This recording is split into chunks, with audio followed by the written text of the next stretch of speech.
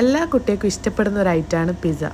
എപ്പോഴും എൻ്റെ മോൻക്ക് ഇഷ്ടമുള്ള സാധനം ചോദിച്ചാൽ പിസ്സ ആയിരിക്കും. അപ്പോൾ അതേപോലത്തെ കുട്ടികൾ നിങ്ങളുടെ വീട്ടിലുണ്ടാവില്ലേ? അപ്പോൾ ഇന്നത്തെ റെസിപ്പി ഒരു പിസ്സ ആയിക്കോട്ടെ. പാന് വെച്ച് അതിലേക്ക് കുറച്ച് ഓയിൽ ഒഴിച്ച് 2 ടേബിൾ സ്പൂൺ ഗാർലിക്ക്, 2 പച്ചമുളക് ഇട്ട് സോട്ട് ചെയ്ത് അതിലേക്ക് 2 ചോപ്പ് ചെയ്ത ഓണിയനും ചേർത്ത് നല്ലോണം വഴറ്റുക.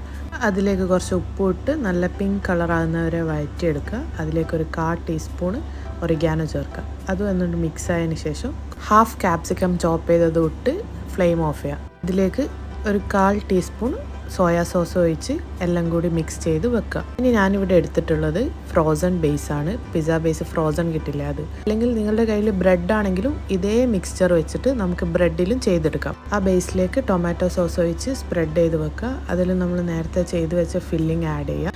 പിന്നെ ചിക്കൻ ഫ്രൈ ചെയ്തത്, ബോൺലെസ് പീസ് ചിക്കന് ഫ്രൈ ചെയ്തെടുത്തത്, ഉപ്പും മഞ്ഞളും മുളകും കുറച്ച് ഒറിഗാനോ ചേർത്ത് ഫ്രൈ ചെയ്തെടുത്തത് സ്പ്രെഡ് ചെയ്ത് വെക്കുക. അതിലേക്ക് നമ്മുടെ കയ്യിൽ മൊസറല്ല ചീസാണ് ഉള്ളത്, അത് ആഡ് ചെയ്യാം.